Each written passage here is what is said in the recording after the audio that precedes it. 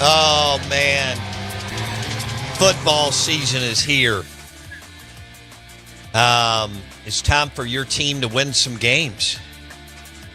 Have they done what was needed to do and necessary since last December and January?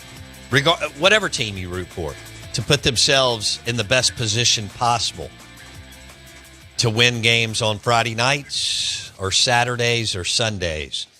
And we're all going to lose our minds and watch an insane amount of football, and we're going to see how this thing plays out. We are the Out of Bounds Show, ESPN 105.9 The Zone. The SEC Insider Hit this morning is brought to you by Cover Source Solutions for all your air conditioning work and plumbing. HVAC and plumbing. CoverSourceSolutions.com. Locally owned, Mississippi grown. Offices in Brandon and Ridgeland. Cover Source Solutions. AC work, full repair, and plumbing. Cover Source Solutions. We welcome in Steve Robertson, GenesPage.com, 247 Sports. Steve joins us on the Farm Bureau Insurance guest line. Steve, what did you hear about the scrimmage? Did the defense win the day or win the scrimmage, so to speak, yesterday up in Starkville? It certainly seems that way. After speaking to Jeff Labby, said the defense was able to create some turnovers, and that was a real issue for Mississippi State last year. Of course, it's the first scrimmage, obviously, but we did not get to observe, and would have liked to have been able to observe. But I thought Labby was pretty, guarded in some comments about praising, certain players or personnel groups or certain, individuals, but he seemed to be pleased with it. And of course, the most important thing is you get some work done and get out of there healthy. And he did knock on the table, and I do commend him for doing so. You don't want to tempt fate in that respect, but it's good to hear some positive praise about the defense, because I do think this offense is going to be pretty good. All right, you go to all the press conferences and you visited with Lebby in a formal setting and off the air all the time. So if you had to think back to the the post-scrimmage press conference yesterday and kind of his body language and everything that he said, if you could extract anything, what's your one big takeaway from what he said after the scrimmage yesterday? I think Lebby believes Mississippi State's going to be better. And, you begin to kind of transpose that with last year. Like in the beginning, there's a lot of exuberance because you're a first-time coach and you love all your guys and you're excited. And I think sometimes maybe you're not as forthright about certain things. And that's one thing our fans will say from time to time, that he comes off a little coach speak. Yeah, I didn't think that was the case last night. There have been some situations, too, where he's been very honest about certain personnel groups needing to get better. And last night, he kind of identified the offensive line. They've got to learn to play better as a unit. You expect that, though, because you had so much turnover, and then you go out and you bring in, a handful of guys post-spring practice. And so it's just going to take some time for a first-year offensive line coach at Mississippi State. Lodeholt, of course, comes from Colorado, where he's coached. He's been with Lev for 6 years. But, that's probably the thing on offense that you got to kind of get rolling with. You got to get those guys that did not get the benefit of spring practice up to Mississippi State speed. And I thought Lev was pretty honest about that last night. Okay. Even though they don't let y'all in, and I think they should, you've been at least able to look at the defensive players. Like last year, it looked like UT Martin players on defense. As you've been able to, the whole eye test, describe what you see when you see the defensive linemen and linebackers for this year, edge rushers and so on. Yeah, absolutely. And the defensive line looks like what you'd expect an SEC defensive line to look like, at least on the hoof and going through drills, right? I mean, we don't know what they're going to look like until they actually line up against a real opponent, because this time last year, Levy was talking about how great the offensive line was playing, and they had some moments and they were pretty good at times, but I think part of that is because the defensive line was so poor and you just didn't have a point of reference until you went out and played Arizona State and gave up, 360-something yards on the ground. I think that's an important aspect of it. But of the groups that I'm probably most excited about on defense is the linebacker room. I do think they have some real playmakers there. I do think they'll be better up front, and by kind of following that same line of thinking, you're better up front. It gives your linebackers the ability to fit gaps and make plays. And last year, Stone Bland and those guys, Isaac Smith, who plays primarily in the box, those guys had to make all the tackles because the guys up front didn't. I went through some numbers over the weekend. There was one game, I think your leading defensive lineman, tackle-wise, there was like 4 or 5 guys that had one tackle. Yeah, I didn't know how that's possible, right? You'd think at some point you just kind of get run over and credited with a tackle.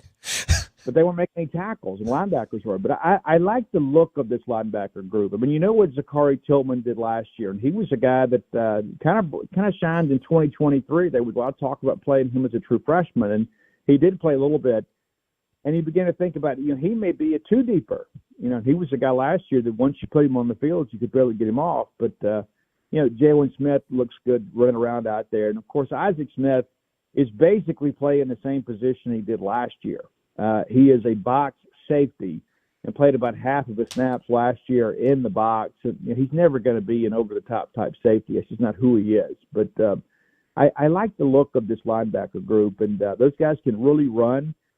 And I think, with McIntyre and Rhodes kind of also putting their eyes on this thing, I think you're kind of getting some guys in the right spots.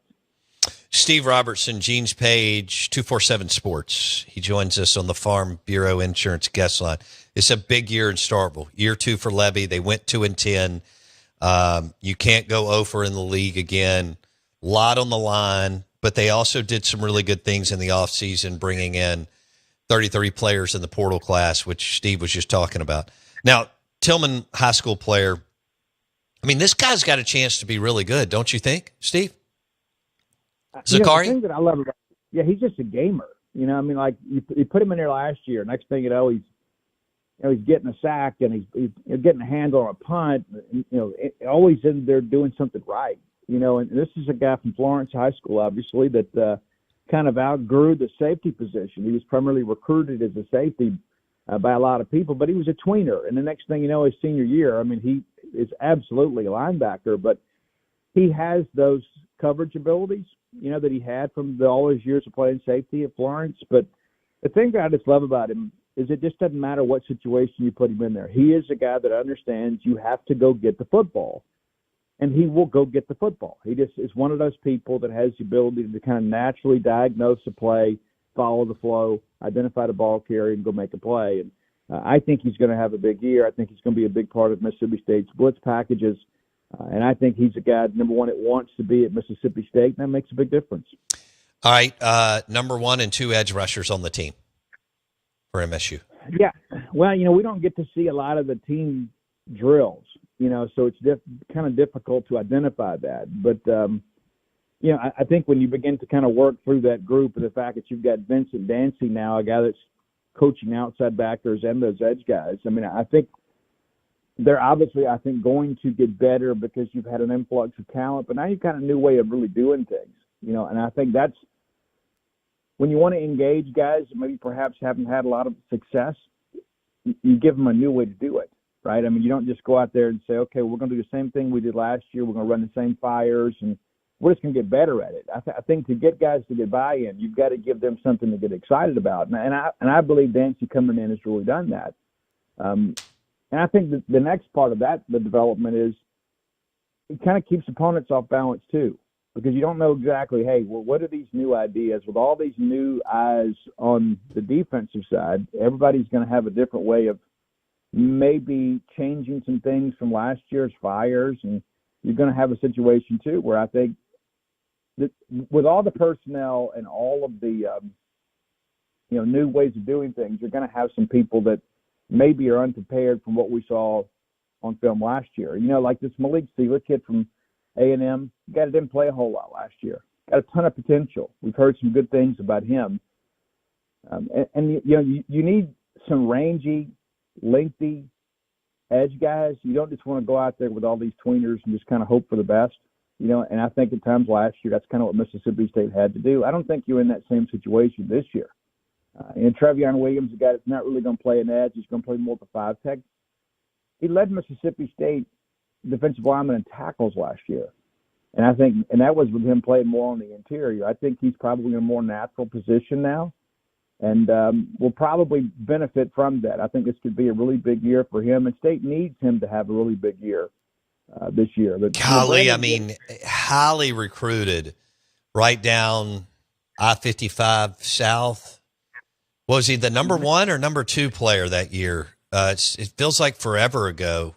Didn't Arnett and Leach sign him? But this is a guy, to say that he needs to turn the corner. Good Lord, understatement here. Is he ready to go, Steve? Yeah, and I think too. He looks like if you were going to make a guy on the creative player type thing on the NCAA college football game, would look a lot like him. He has it, but he hadn't had a lot of starts. He's had some, but he's got us been banged up at times. He looks to be doing really well. And the guy that I was referencing to, Brandon Jennings, as far as the edge goes, I think he'll probably be your first snap guy. And I think he and Trevion Williams both are probably in the best shape of their careers. But Trevion Williams is an NFL guy, and he needs to go out there and play like an NFL guy this year in hopes of getting to the NFL. Okay. Steve Robertson on the Out of Bounds show. Word out of the scrimmage is that the defense, won, or I don't know if dominated, maybe two. I did have someone say that they dominated. Everybody's got their own kind of way to frame it up. I actually think that's a good thing. And Steve made a great point. Votler and Levy and all them added 5 offensive linemen after the spring, so it's going to take a second for these guys to figure it out, and gives the defense an advantage. Even though they lost their most talented wide receiver, in my opinion, in the last 25 years, in Kevin Coleman to Missouri in the portal, and he had a really good year considering a true freshman was throwing to him most of the time who wasn't accurate, in Michael Van Buren. I'm hearing collectively as a group they really like the wide receivers. Obviously, the Oklahoma transfer. What are you hearing, Steve? Yeah, much of the same. And that was the thing Bumpus brought up on his media opportunity here 10 days or so ago, a couple weeks ago, is that Coleman left, but the numbers didn't, because in this offense that's going to be a position of emphasis. And you look at Evans and you look at Brennan Thompson. I think collectively the group may have more talent. And this time last year, we didn't know what Kevin Coleman was going to be. We knew that he was highly regarded coming out of high school, and he had not done a whole lot in his previous 2 stops. And it's weird to talk about this as his 4th stop in 4 years. But, Kevin Coleman was not a household name anywhere this time last year.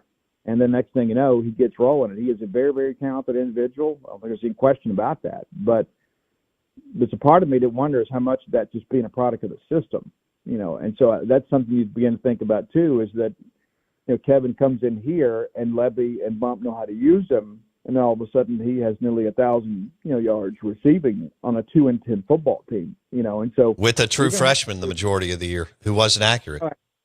Absolutely. And a guy that couldn't see the field, it's like once you got through that, first or second read, just the speed of the game kind of gets to him sometimes, and he'll be better, down the road, no matter where he ends up after LSU. Sure.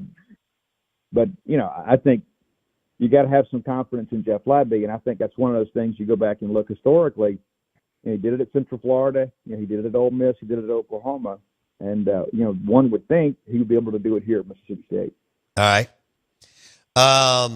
What is it? 2 more scrimmages? Like they do another one this weekend and another one the next, and then they basically just shut them down and start to get ready for Southern Miss? How does it work, Steve? That's pretty accurate. Of course, that last week you're going to be a little bit lighter, and you're going to kind of go through that walk through that, towards the end of it. But guys are still fighting for jobs, and that's the thing too. You got to settle the depth chart. Good thing. Of course, of the next 2 weeks, because once you get into that last week of August, you want to have your depth chart settled. You're just kind of going through your game plan and things of that nature. Guys will be on the scout team, and running the Southern Miss offense and defense or what you expect that to be. So you got time, but you don't have a lot of time to make an impression. You got to make some things happen, probably within the next 10 days, just because once we get into game week, it's all going to be settled. It's going to be too late to move. All right, you and I have hit on this. I'm going to continue to beat the drum. Because I think I read your board and I read Six Pack, and I took about a week break. I think I just needed it. And so then I got back in town and read it over the weekend, Steve. And there's too many people in the fan base who don't believe that Mississippi State can win in football. And it's this, woe is me, poor us type deal. And here's the way first of all, they went and spent close to $15 million on this roster. Okay. And you just said it, and others, I'm talking to other people who are wired in, that they're much bigger, faster, and stronger. So we'll see what that looks like. They'll be much, much better. And don't you think the mentality should be, Steve, that this team, it's an SEC team, should go 4-0 out of the gate? I mean, I don't think that's a daunting schedule. Arizona State is pretty good, but they don't recruit near to the level of Mississippi State, and they didn't spend near as much as Mississippi State did in the portal. And so why wouldn't you look at the schedule and say 4-0, that's the expectations, that's what you have to go get? What's your reaction to that? Well, I think it's okay to expect good things. Right. I think when you constantly forecast failure, it becomes a self-fulfilling prophecy. Jeff Levy is a winner. And I know you get him here, and he's kind of inheriting a mess because, we had this hodgepodge football season in 23 where, Arnett decided we want to completely scrap the offense and run everybody off, even though you had all the tools there to win in 23. And so Leb's situation has some air raid concepts, but, it's different, and it's certainly different than what Kevin Barbay trotted out there. And so you inherited a roster that maybe didn't fully fit what you wanted. You went out and tried to make some adjustments in the portal and get this roster up to your expectations, and it's taken 2 years to do it. And I've watched that little documentary thing over the weekend, and people always want to kind of use a lot of hyperbole and stuff. This wasn't a bad offensive roster last year. It was a bad defensive roster. And I think now you go out and get these guys now from the portal that look and kind of move more like SEC players. And it's just so interesting. One of the things that I read sometimes, it's like, well, yeah, there were so many of those guys that were G5 players. Yeah, and we beat out a handful of Power 5 teams for every one of those guys. And so they're guys that just develop at different rates. But, I think you've got to expect to win. It's like I see people out here just chasing these, ghosts of Reggie Collier out here. I mean, it's like, my goodness. I mean, all due respect to Charles Huff, Southern Miss went 1-11 last year. And there are people sitting around, clutching their pearls, worrying about this ball game. Mississippi State, from a talent standpoint, at least on paper, is better than Southern Miss. Now, Huff's going to treat this game like a Super Bowl. It's a first game at Southern Miss, and, he's playing his former employer. But I don't think anybody objectively can look at this and say Mississippi State shouldn't win this game. Vegas certainly seems to think so. So you go get that game. You got Arizona State coming in, completely different team in many respects from last year. You don't have Cam Scatterbo, but you got to deal with Sam Levitt, who didn't have a good game against Mississippi State last year. And so that's probably the most important game of the year, as we've talked about. You should breeze through Alcorn. Northern Illinois, obviously, coming to your place, should be a game that you win. I mean, so, I think 3-1 a worst case scenario, but 4-0 is certainly possible, especially if they can get through Arizona State. All right. Do you think Camario Taylor plays every game, or do you think it's only going to be when they're up, or do you think they'll even like when they're on the 30? Let's say they're playing Arizona State. They're on the Arizona State 30-yard line, Steve. Levy's looking at it going, okay, he's got the analytics guy. Here's the percentage that we convert a 47-yard, 52-yard field goal. Or it's 4th and 1, and I can bring in Camario Taylor to run the zone read. I mean, how do you think that looks or shakes out throughout the season, Steve? Well, there's a couple things you have to look at. Number one, you sign players to play it. Damn right. I mean, that's the point, right? I mean, you sign them to come in here and play, and that's something that Lebanon are going to have to understand as they work through the quarterback room. But the reality of it is, I think ideally what you'd love to be able to do is to redshirt Camario and kind of give yourself a little distance between he and Kromenhoek. You know, Kromenhoek, of course, played last year, but if you redshirt Camario, all of a sudden there's like 2 years in between them. And listen, I can't tell you that, you know, Luke's going to win that quarterback competition next year. I mean, you know, Camario is a bit of a freak, you know, but he's a guy that's still learning the college game. And I know people are eager to see him play, but you got to be patient with his development. So it'll be interesting to see how they use him. But, you know, I can guarantee you this. If somebody said, hey, Camario, we're going to put a package in for you in the red zone and we need you to kind of execute that throughout the year, he's going to be all on board with that. You know, Camario's not thinking about getting his master's degree at this point. I mean, at this point, he didn't look at that aspect of it, right? He's looking at the fact that I want to go win football games. This is my chance to help my team win. So I think he's going to be on board with whatever Jeff Lebby does, but Jeff Lebby's got to look at the bigger picture. Okay. I hope he plays a lot. I mean, situationally, like I just drew up for, against Arizona State or whatever. And I say burn the red shirt, let him play. I wish Shapen being the lead dog, but we'll see. All right.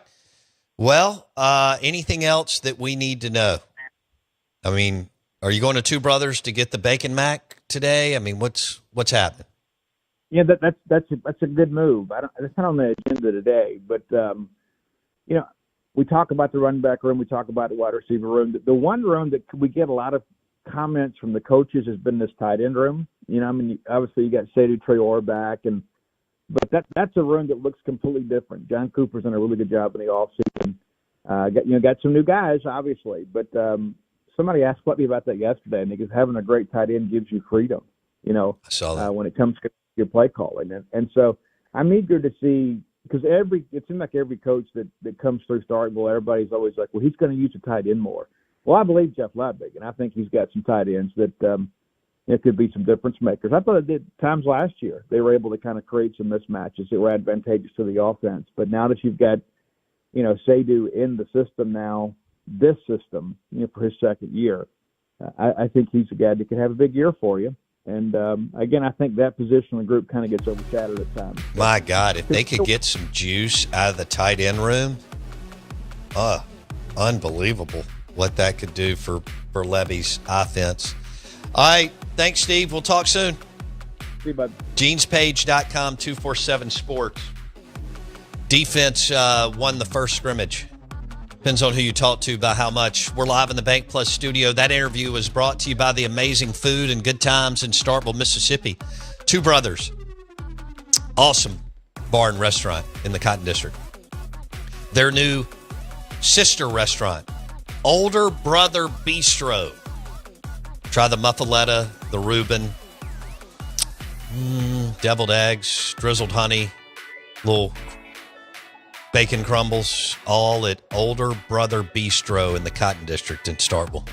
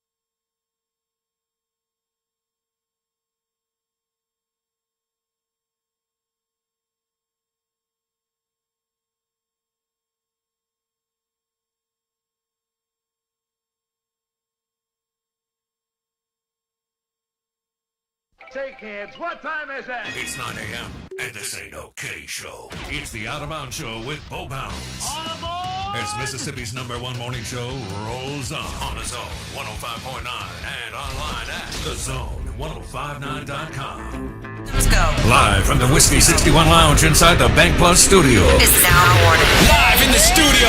It's the Out of Bounds Show with Bo Bounds. Streaming live worldwide on the Out of Bounds radio app. And on your radio at ESPN 105.9. All set? Let's go. The Zone.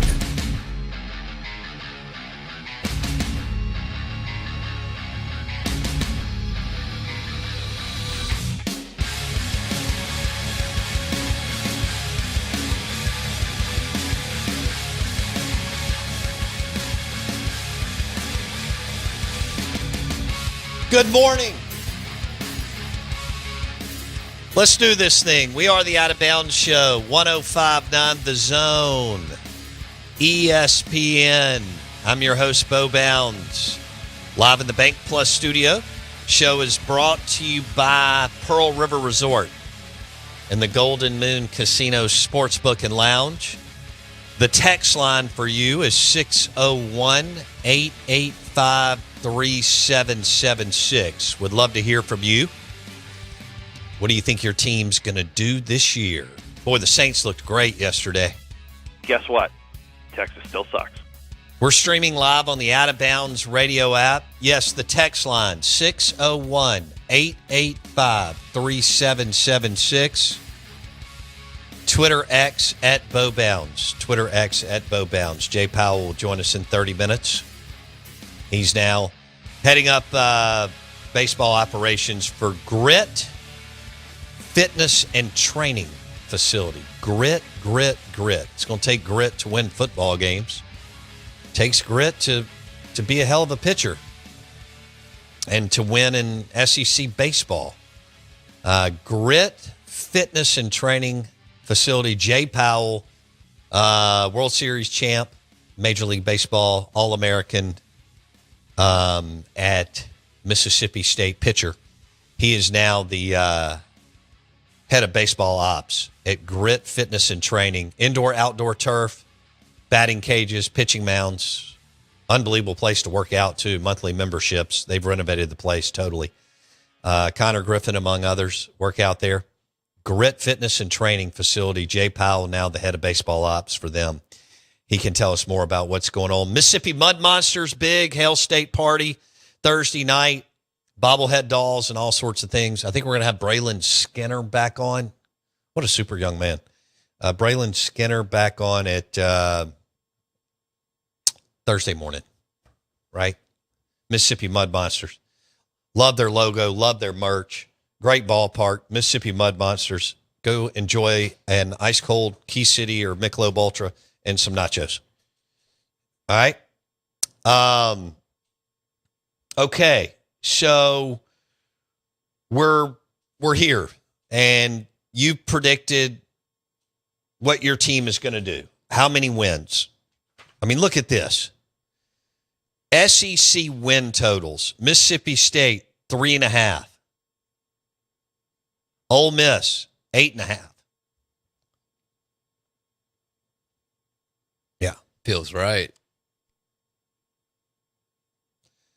I'm going over for Mississippi State. 3.5 wins. I'm going over. Well, I'm glad one of us is. Yep. I am going over. I mean, that should be a slam dunk if you've done what you're supposed to do. 3.5 wins with that schedule should be a slam dunk. Yeah, So I'm going over. What makes you confident they've done what they're supposed to do in the past few Because months? I think they've signed some really good players in the portal. And major upgrade on the line of scrimmage, both, which is where you win. Yeah. In fact, I thought Lane Kiffin, he was asked, Kiffin was asked at SEC Media Days, hey, why'd you lose those games in the fourth quarter? We couldn't run the football. I mean, right? Pretty simple. You extend the drives, you keep your defense on the sidelines, the clock keeps rolling. He was like, we couldn't run the football. Now, a lot of Ole Miss fans will argue that Lane didn't play the running back that should have played, and I get that. And who knows what was going on there. But Bentley didn't get the touches for whatever reason last year. Ole Miss goes 9-3 when the Stars had lined up. But Lane was asked, hey, because the year before he was like, we won those games. Well, he had Judkins. They were able to run out the clock, impose their will. And when it gets to fourth quarter and a dude is built like Judkins, he's picking those knees up. A lot of times you don't want any of that once it gets to the fourth quarter. But Lane just quickly, hey, we couldn't run the football. We couldn't run the football to close out games. But with Jerrion Ely and Snoop Connor early in Lane's tenure, they could. And with Judkins, they could. Last year, they couldn't. Combination of maybe it was because Bentley didn't get the touches, whatever, they didn't execute. Mississippi State couldn't run the football until the end of the year, and they couldn't stop the run at all. This year, they should be much, much, much better at both. The question is 1X, 2X, 3X, what are we talking about? And by the way, Ole Miss now, they feel like their running back room is, it was a serious dip. I mean, Judkins was one of the better players, right? And I mean, Judkins is a special player at the college football level, and he may be at the NFL level. Got in a little trouble here recently, and God knows, I hope that gets worked out. But at the college level, Judkins, man, just a beast, and a hell of a get by Lane getting him out of high school.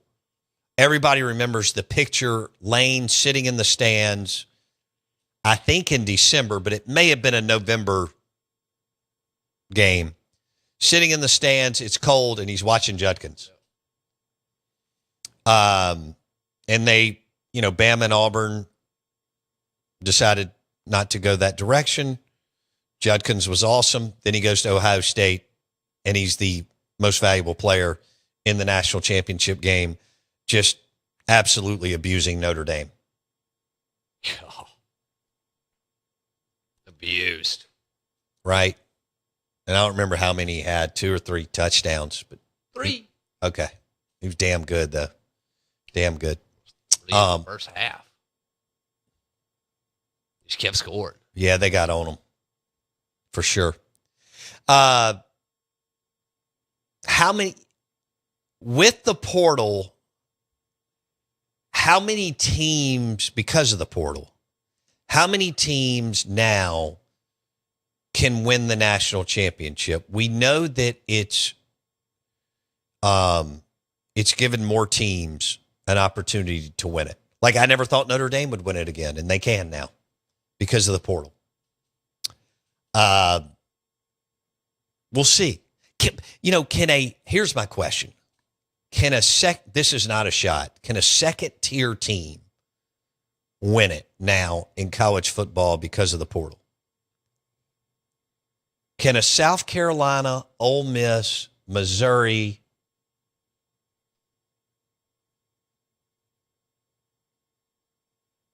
A&M, in the Big Ten, I guess I'd say like Penn State, Wisconsin, because Michigan and Ohio State just proved that they could win it. They just won it. And Ohio State, we know, can win it for any time. Right. Can a non-blue blood win it? I mean, The only non-blue blood that won in the 2000s was who? Clemson? yeah, probably. Okay. But then they kind of played their way into 4 title games, winning 2 of them. So they over time, they kind of joined the blue blood party. Is that fair? For sure. Hey, the Out of Bounds show is driven by Fowler GMC. Are you looking for a pre-owned or new Sierra truck? What about a pre-owned or new GMC Yukon? FowlerGMC.com. Locally owned, right there on the Pearl Brandon line. Fowler GMC has an awesome selection of GMC Sierra trucks and Yukons driven by FowlerGMC.com.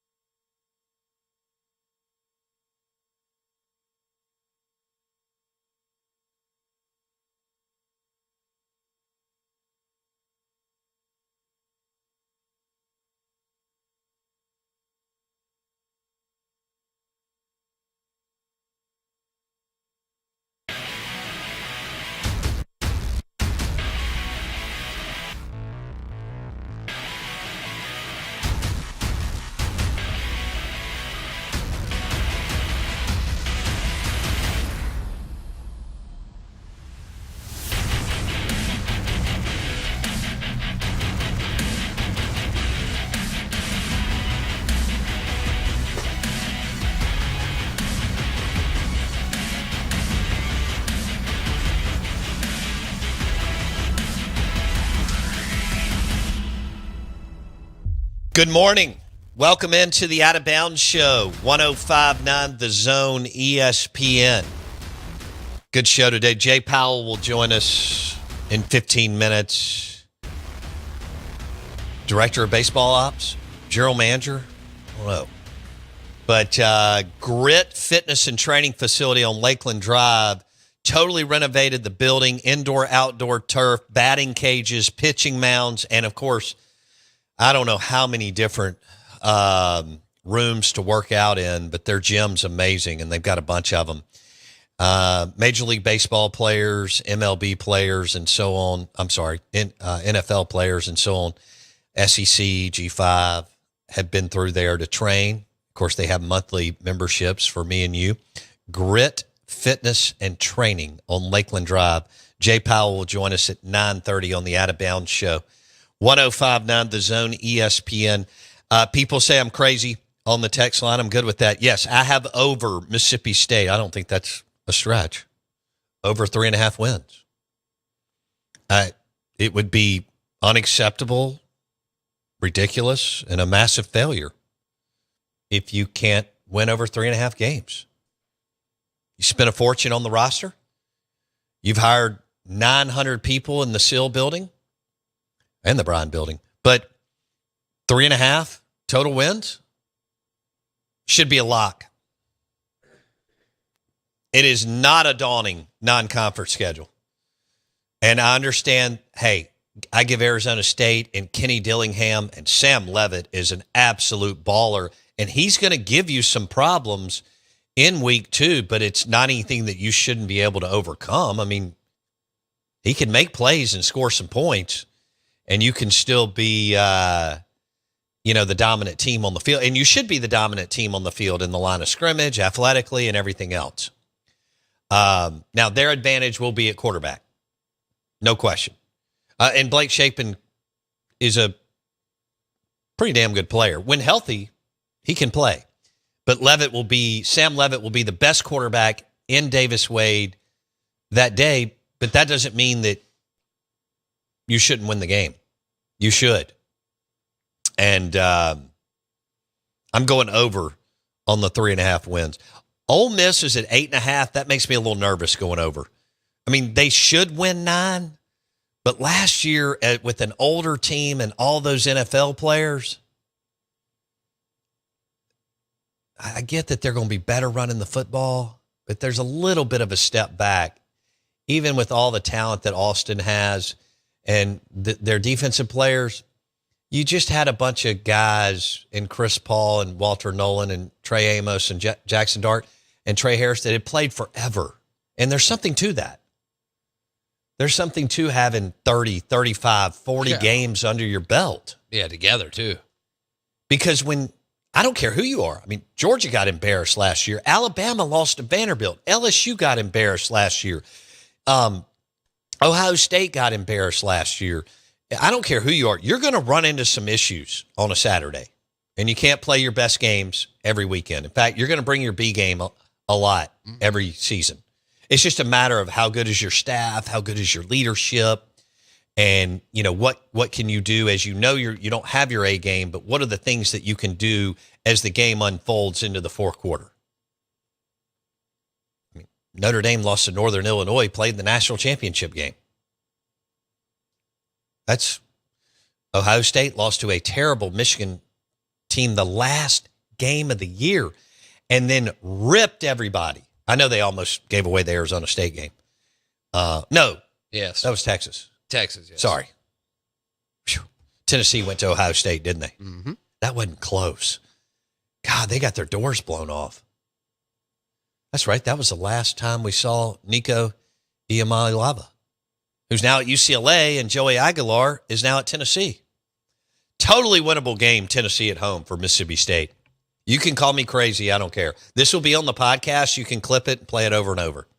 It will be on Spotify and Apple Podcast. Search Out of Bounds with Bo Bounds.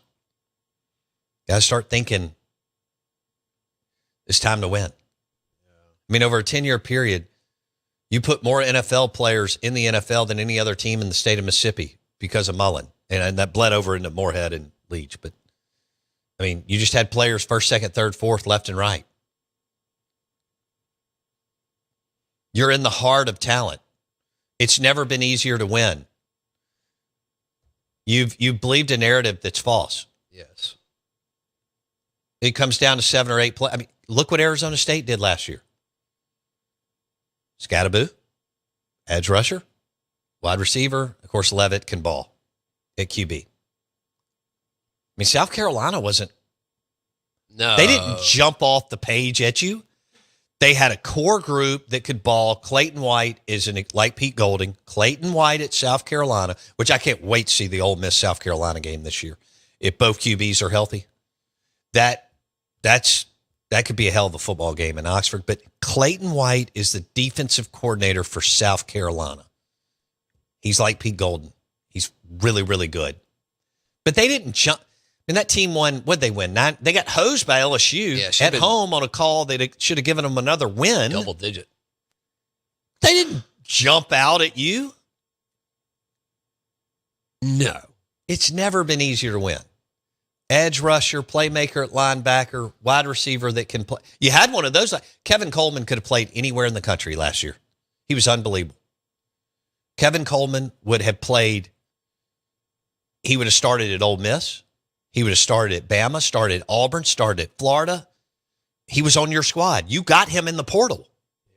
You had a true freshman who wasn't accurate throwing to him, and he went for over 1,000 yards. You can find players in the portal. It's never been easier to win. Stop listening to people tell you that you can't win. You allow that to happen too often in too many ways, shapes, forms, which is on you. So, How long has that been the case? decades.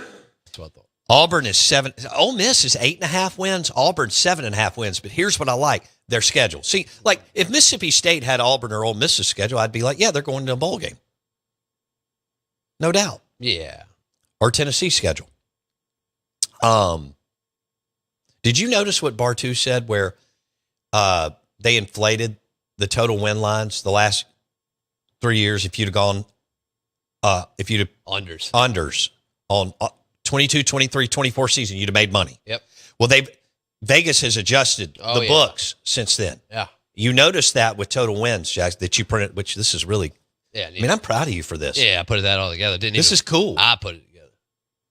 I mean, you have total win sheet, helmets. What in the hell got into you? Yeah, I mean, it was one of the interviews. You don't do any prep? No. But I need I'm just kidding. Well, I'm hoping you do more because you've got even more potential. Bama's going to go over 9.5. Vanderbilt at 4.5. Give me the over. Ooh, Diego Pavia. You ride him while it's hot, dude. Okay. If he's hot, I'm buying it. I'm with you. At Virginia Tech, I don't love game 2. I wish they had wish they were playing like Wake at home. Still Diego Pavia. I understand. And look, he's so good he can beat them damn near by himself. That's correct. He is a little powerhouse, by the way. He's built like a fullback, but's got a little wiggle and can move. And you know what? He's a dog. He'll kick your ass in the parking lot. He doesn't care. Side yard football in the stadium. He rode he got to ride the JUCO bus out west. He done. Diego Pavia, quarterback for Vanderbilt. He'll beat you. He's a dog. Go out in the parking lot, whip you. We are the Out of Bounds Show. We're brought to you by Cover Source Solutions. If you need air conditioning work, repair, or plumbing, HVAC or plumbing is powered by Cover Source Solutions.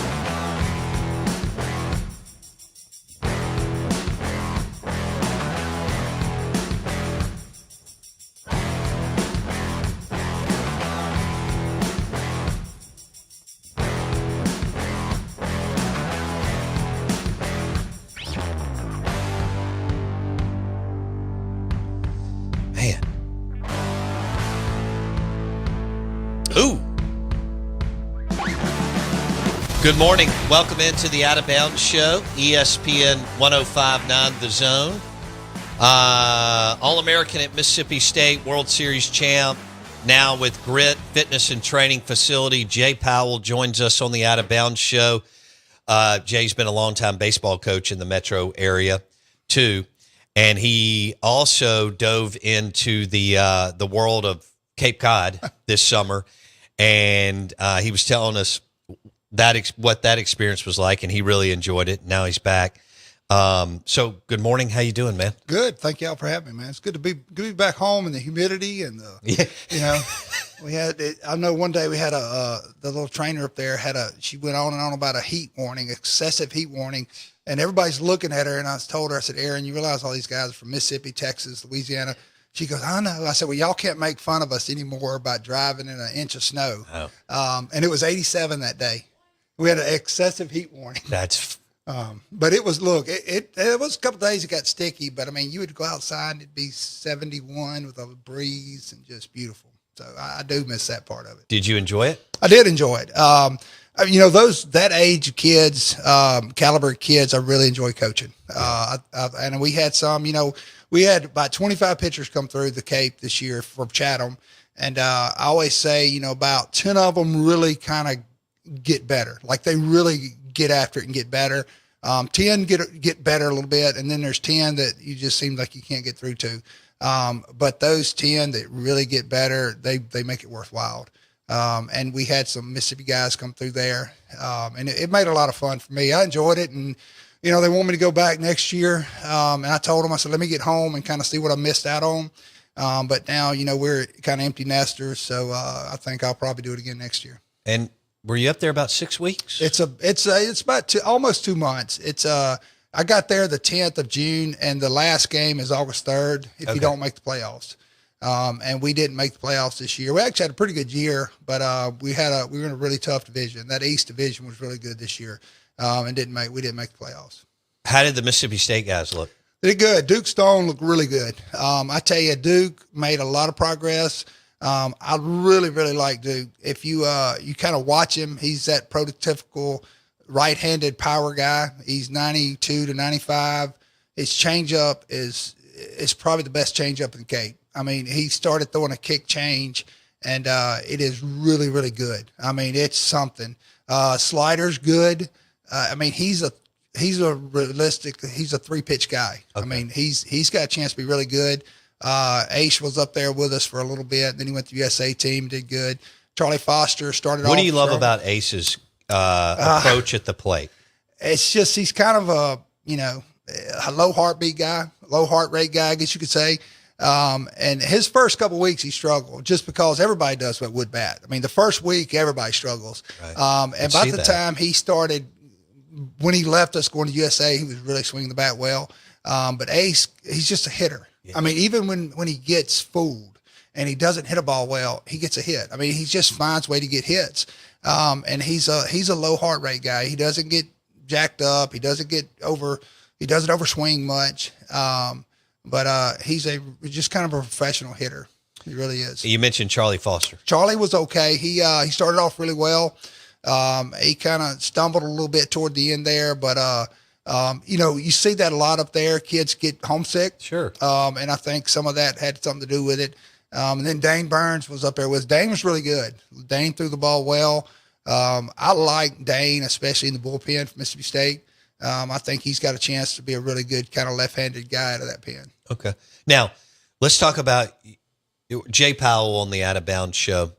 A decade in MLB, All-American at Mississippi State, was part of a World Series championship team with the Marlins, and he joins us on the Out of Bounds Show. So you've been coaching for a long time. Mm-hmm. You stayed in the game. You love it. We've had you on. Now you're with Grit Fitness and Training Facility. Yep. Kind of walk us through what your role is going to be there. Well, technically, I guess I'm the director of baseball, but they do a good job there. We got some really good guys to do some hitting stuff there. But my main thing, though, is going to be the pitching side of it. And being in coaching like I have for so long, I saw guys coming in and out of different facilities, getting lessons and stuff. And some of it, they got better. Some of them they didn't. But more, I think what I saw was kids are just constantly chasing velocity. And we would get these kids out of, they had been working for a year with somebody, and, their velocity's gone up 2 miles per hour, but they're 1.9 to the plate. They can't hold runners. They can't throw strikes. They can't throw a secondary pitch for a strike. And stuff like that. Just, I was like, there's kind of got to be a better way to do this. And so what, this has been about a year going as far as the conversations with Mandy and what we want to do. So what I want to do, I said, I want to approach this differently. I said, one, we're offering, not only I'm going to do the pitching side. I said, we got that handled. We got guys that's going to do the strength conditioning. And we got someone that's going to do arm care. And it's kind of like a one-stop shop, but you're getting 3 different expertise involved in it. But my goal as a pitcher was to get outs. And I want to teach these kids how to get outs. And it's so much more than just hiking, up and throwing as hard as you can. Are we going to gain velocity? Absolutely. You're going to increase velocity. But, I was at Billy Wagner's Hall of Fame deal this year. And that's cool. Yeah. And one of my good friends is a pitching coordinator with the Pirates. And he and I were having this conversation. And he said, I have this fight with our people. He said, we're kind of the old school guys. And he said, they swear that command and stuff can't coexist. And I said, that's crazy. And he goes, I said the same thing. But they said, if you try to command the baseball, your stuff goes down, which is insane. And I said, have they ever watched Randy Johnson pitch or somebody? He's like, you're preaching to the choir. So, and that's the thing, like your stuff can get better, your velocity can get better, and you can maintain command. And I think that's part of it that we've lost over the last 5 or 6 years in baseball. And, I had guys in the Cape, Bo, that would tell me they would start throwing their pins and they sit right down the middle with their fastball. And I would ask them, I said, what would happen if you throw that pitch in the SEC? So I was going to hit it. I said, well, why are we working on it in the pen? Right. Like you ought to be able to throw a ball down the middle with your eyes closed. And then they would say, well, it moves, so it's not going to end up there. I said, look, if you want to be an elite pitcher in professional baseball, you have to know where that pitch is going to end up. Right. I was a hard sinker ball guy. My ball ran a lot. I knew where it was going to end up. And I think part of that, though, it's harder to teach. It's harder to work on. But if you're going to be an elite pitcher, it's not easy. So those are the type of things that I think that, that I'm going to approach it a little differently. Sure. Is I'm going to teach these guys, not only we're going to improve our stuff, but we're going to develop secondary pitches. We're going to hold runners.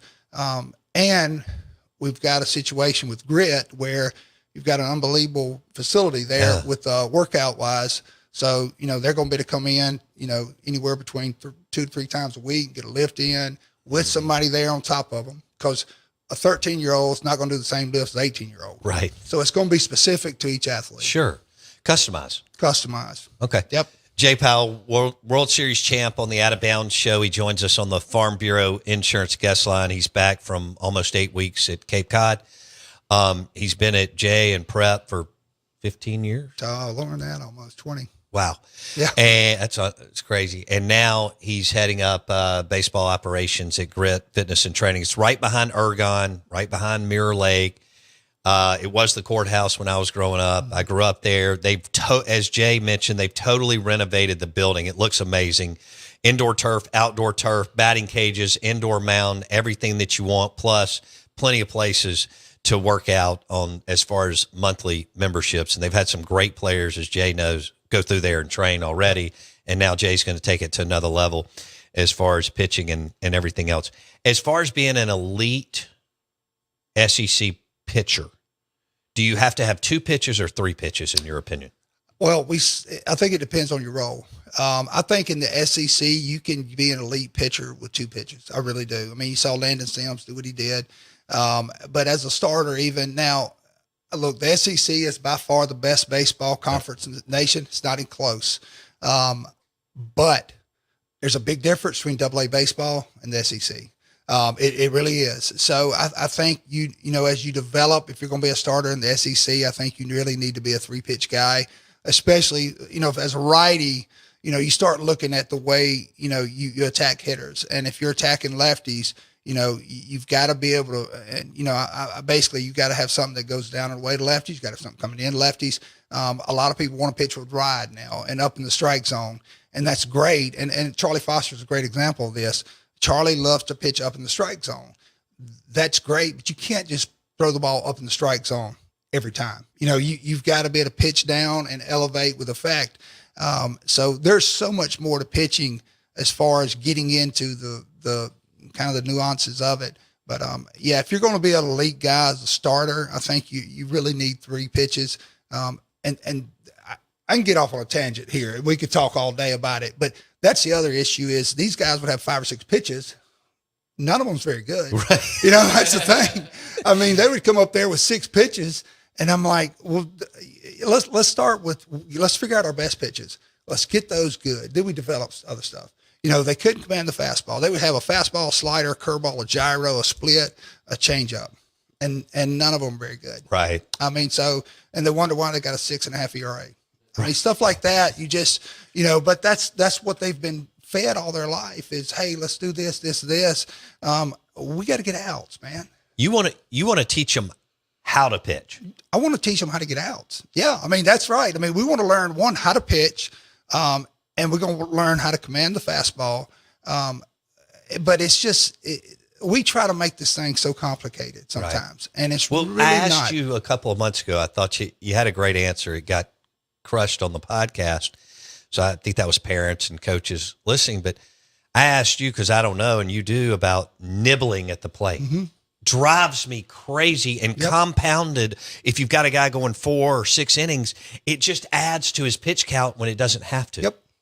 And you were like, and you said it drives me crazy. It drives me crazy. And it's because, they're scared of contact, and they've been taught that contact's a bad thing. Contact's not a bad thing. That you can either be the hammer or you can be the nail. As a pitcher, you want to be the aggressor. You want to be the hammer. You don't want to be the guy that's nibbling, timid. Tanner Allen and I talked about this the other day. I mean, so many guys get in a situation where it's breaking ball. And he's like, this guy's throwing 96 miles per hour. That's hard to hit. Right. But they want to nibble, and it's become an epidemic. How many times am I watching college baseball, Jay? Sometimes when you're calling a game and the pitcher gets up 0-2, and then he and the pitching coach are 1-2, and then they decide to nibble for a while, and then all of a sudden it's 3-2, and I'm like, you mentioned it. Go for it. Go ahead and go get the out. You don't know how many times that we called fastballs 0-2, 1-2 right on the black of the plate, and the guy would just sit there and look at it for strike 3. And I've told the kids, I say, guys, y'all throw in college baseball, you throw so many breaking balls 0-2. That's not even close. These hitters in college, a lot of them sit off speed with 2 strikes. They just sit on it, and you throw them a fastball and they just lock them up. And that was one thing I think toward the second part of the year in the Cape, we started doing more, and these guys started figuring it out. Yeah. But I mean, because and the hitters sit on it because heck, that's all they see. And it's just I don't know. It's a mindset that you've got to be aggressive. And Mason Nichols, one of my kids I work with that pitched at Ole Miss, he talked about it one day after a game. He said, Coach Powell always told me to pitch contact, and contact is not a bad thing in baseball. Love to strike out. If we can strike out 21 or 27 a game, I'll take it every day. And strikeouts mean they're not putting the ball in play, but you're not going to strike these guys out every day of time. So you've got to pitch contact. You've got to get some ground balls. It's just you want the contact that you want to give up, not what they want to give up. Won a World Series with the Marlins, All-American at Mississippi State. Jay Powell joins us on the Out of Bounds show. He's now Director of Baseball Operations at Grit Fitness and Training on Lakeland Drive, and they're excited to take their baseball program to another level. And they've got indoor-outdoor turf, batting cages, pitching mounds, and then an unbelievable place to work out. Right there on Lakeland Drive behind Ergon, which is centrally located in the metro area too. Grit Fitness and Training. Jay Powell on the Out of Bounds show. We got a Mississippi State deal this Thursday. Yep. At Mississippi Mud Monsters out at the park. Yep, out at the park, and they're going to do some stuff at Grit too. I think that afternoon. Good. So yeah, it's and it's that's fun. Kind of. I guess somehow they tied it in with the Mississippi State thing. So it's Yeah, Thursday's a big day, and look, we're kind of getting ready to kick off this deal. You know, my stuff of it is going to be, you know, really we're going to get started on the development stuff of it. It's going to start the week after Labor Day. It's going to run through basically Thanksgiving, and then you know that's pretty much you know what I want to do. I wanted to do a development type deal to where we're going to do pitching once a week, but they're also going to lift. They're also going to do other things. And it's just so much kind of more to it than just, you know, running out there and getting a 30-minute lesson. Sure. All right. I want to switch gears here. Mm-hmm. Do you remember where you were when you got called up Major League Baseball? Yep. Where were you? I was in the clubhouse at New Haven, Connecticut, in AA. It was, it was the end of my, AA season, and we had made the playoffs, and I was having a really good year. And Carlos Tosca, after we got beat out in the playoffs, he called me in there, and I kind of felt like it was coming because I really did. I had a good year, and he told me I was going up, and the team was in Philadelphia, which is right down the road. So I met the team in Philadelphia that next day. Wow. Okay, so how many years had you been in the minor leagues? 2. So it was the end of your second season. Well. Yes and no, 2.5 technically. I got drafted in 93. That's right, and you start mid-year. Yeah, but 94 was my first year, and then 95 was my second full year. What was it like walking in the clubhouse? Because we talked to Mangum a couple of months ago, and you could just hear it in his voice. Oh, yeah. And you said something to us a couple of months ago. You said, the deal is you have to put yourself in position to where you don't ever go back. That's right. So what was it like walking into the Major League Baseball clubhouse in a Major League Baseball stadium? You may have already been to one, but I'm talking about as a player for the first time. Scared, terrified, you know, because you walk in and, you know, that was in 95, and, you know, there's guys that I watched on TV. Right. Terry Pendleton. Yes. Andre Dawson. Yes. The Hawk. I mean, and I'm just going, Lord, there's Andre Dawson over there. What I do. And I'm just a little 22, 23-year-old rookie with my bag, you know, and it's intimidating. It really is. And most of the time I was fortunate. Robbie Nin was really good to me my rookie year. Kevin Brown, I had some good pitchers that kind of took me on their wing, but, man, it's intimidating. It really is. So you go up at that time, Jay, you're up for about a month, right? Okay. Mm-hmm. And so how many times did you pitch over that 4 weeks? I think I threw about 9 innings. Okay. I ended up getting about 9 innings, probably about 5 or 6 outings roughly, and pitched okay. Walked too many guys, but I pitched okay. And then in 96, I ended up making the team in 96. But that's all the September call-up was for. It was just kind of give me a feel of it. Right. Kind of like, hey, this is what you're going to be dealing with, and it gets you kind of acclimated a little bit to Major League Baseball. What was the off season like for you after you had already had a taste of it, knowing that you were going to go in and have a good shot to make the team? But as you've told us, nothing's guaranteed. Right. Well, and I got after it. I mean, obviously your goal is your whole off season. I took basically 2 weeks off. I take 2 weeks off. Then I started doing my arm stuff. Then I started the program all over, and getting ready for spring training. But there's so much that goes into it. And Jake's a great example of this. My first year, the last week of spring training, I got sent down because I had 2 other guys ahead of me that out of options. So if they send them down, they're going to lose them. So I had all my options. I'd never been sent down. So I got sent down. I was on the way to Charlotte, North Carolina, AAA. Got there. Hadn't even thrown a pitch. Hadn't even unpacked. Called me, said, hey, so-and-so strained his oblique. Get back down here. Wow. So I turn around and go back. And had a good rookie year. The next year, 97, Jim Leland's our manager. Same deal. I get the last week of spring training. He calls me in his office. And I was a little more, I had a year under my belt. Right. And Jim told me, hey, we're going to have to send you down. And I said, is it because these other guys are out of options? Because I had pitched great in spring training. Right. And he didn't like that, and I love Jim. I took a picture with him at the Hall of Fame, told him how much he meant to me. But he said, well, I'm not talking about that. I'm not, I get to minor league camp, unpack my bag, call me, hey, so-and-so got hurt in the spring training game. You're coming back up. So, I mean, I mean, I was, fortunate that I had some opportunities, but when I got those opportunities, I performed. Right. Yeah. Mangum said, and I know it was, a 20-something year gap, but it's still awesome to be in MLB. Right. He just went on and on about, the food, the locker room, the travel compared to minor league baseball. Big leagues, man. You don't touch your bags. That's what he said. You get there, and if somebody sees you getting your bag, you don't get fined in kangaroo court. It's Major League Baseball. That's and minor leagues aren't supposed to be fun. That's the other thing. It's supposed to be a grind. Right. We've only got a couple of minutes. Jay Powell on the Out of Bounds show. So when y'all won it in 97, you were on the mound. Yep. So it was a little iffy early. You had the talk with Jim Leland. Yeah. 5 months later, you're on the mound. Y'all win the World Series. Yeah. And Jim knew I deserved to be on that team. Okay. But he knew too that I was a big, and he told me, he said, I know you're going to be a big part of this thing. But he knew at the time they couldn't do anything with the other guys. Right. So I think he knew. And, but yeah, I ended up leading the team in innings out of the bullpen, games pitched, wins.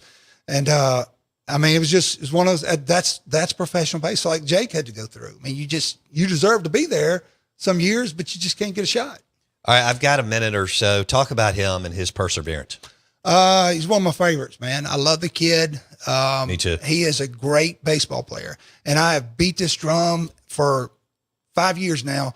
The folks that's running baseball don't understand what Jake Mangum brings to the table because they can't put numbers on it. They can't see how he's going to win you games because there's not a analytic number for it. He makes plays in the outfield. He takes extra bases. He scores on wild pitches. He does things that helps teams win games. And they have a hard time seeing that because they're not baseball guys. That kid's going to be a big leaguer for a long time. I agree. And I just think the world of him. It's talk about big leagues. Last story, and I'll get you out of here. I got 1 minute? All right, 1 minute. We're at the Hall of Fame this year. I'm sitting there, and Lee Smith walks by. All these Hall of Famers are walking by. And I'm looking at this guy sitting on a couch about from me to you. And Scott Ellerston, one of my best buddies, is there. And we're talking. And I look over at Scott, and I said, is that Johnny Bench? He goes, yeah. I said, you mean to tell me that's Johnny Bench? He goes, yeah. Johnny Bench is sitting 10 feet. And I'm like, it's Johnny Bench, But, it's just, for me, it was, it blew me away. Chill bumps. It is, really, man. I'm like, because, he's 80 years old now. Sure. It's totally different. But, he's just hanging out on the couch.